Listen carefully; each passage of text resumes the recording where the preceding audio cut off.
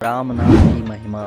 दोस्तों, एक व्यक्ति जो बर्फ़ बनाने वाली एक कंपनी में काम करता था, एक दिन कारखाना बंद होने से पहले वह अकेला फ्रीज करने वाले कमरे का चक्कर लगाने गया तो गलती से दरवाज़ा बंद हो गया और वह अंदर बर्फ़ वाले हिस्से में ही फंस गया। छुट्टी का वक्त था और सभी कर्मचारी अपने अपने घर जा रहे थे। किसी ने भी ये ध्यान नहीं दिया कि कोई अंदर फंसा हुआ है। अब वह समझ गया कि 2-3 घंटे बाद उसका शरीर बर्फ़ बन जाएगा। अब जब मौत सामने नज़र आने लगी तो वह व्यक्ति भगवान को सच्चे मन से याद करने लगा, अपने किए हुए कर्मों की क्षमा मांगने लगा और भगवान से कहने लगा कि हे भगवान, प्रहलाद को आपने अग्नि से बचाया, अहिल्या को पत्थर से नारी बना दिया और सबरी के हाथ का झूठा बेर खाकर उसे स्वर्ग में स्थान दे दिया।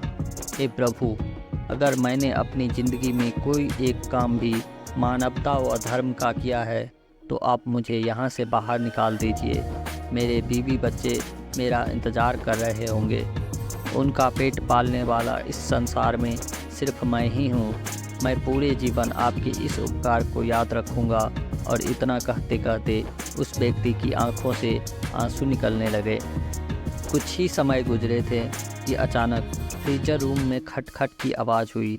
दरवाज़ा खुल गया। चौकीदार भागते हुए आया और उस व्यक्ति को उठाकर बाहर लगे गर्म हीटर के पास ले गया। बहुत देर के बाद उस व्यक्ति की हालत ठीक हुई तो उसने चौकीदार से पूछा कि आप अंदर कैसे आए। फिर चौकीदार ने बोला कि साहब, मैं 20 साल से यहाँ काम कर रहा हूँ। इस कारखाने में काम करते हुए हर रोज़ सैकड़ों मज़दूर और ऑफिसर कारखाने में आते जाते रहते हैं, मैं देखता हूँ। लेकिन आप उन कुछ लोगों में से हो जो जब भी कारखाने में आते हो तो मुझसे हंसकर राम राम ज़रूर करते हो और हालचाल पूछते हो, और निकलते हुए आपका राम राम काका कहना सारे दिन की थकावट दूर कर देता है। जबकि अक्सर लोग मेरे पास से यूँ गुजर जाते हैं कि जैसे मैं यहाँ हूँ ही नहीं। आज हर दिनों की तरह मैंने आपका आते हुए अभिवादन तो सुना, लेकिन राम राम काका सुनने के लिए इंतज़ार करता रहा। जब ज़्यादा देर हो गई तो मैं आपको तलाश करने चल पड़ा कि कहीं आप किसी मुश्किल में तो नहीं फंसे हो। वह व्यक्ति यह सुनकर हैरान हो गया कि किसी को हंसकर राम राम कहने जैसे छोटे काम की वजह से आज उसकी जान बच गई।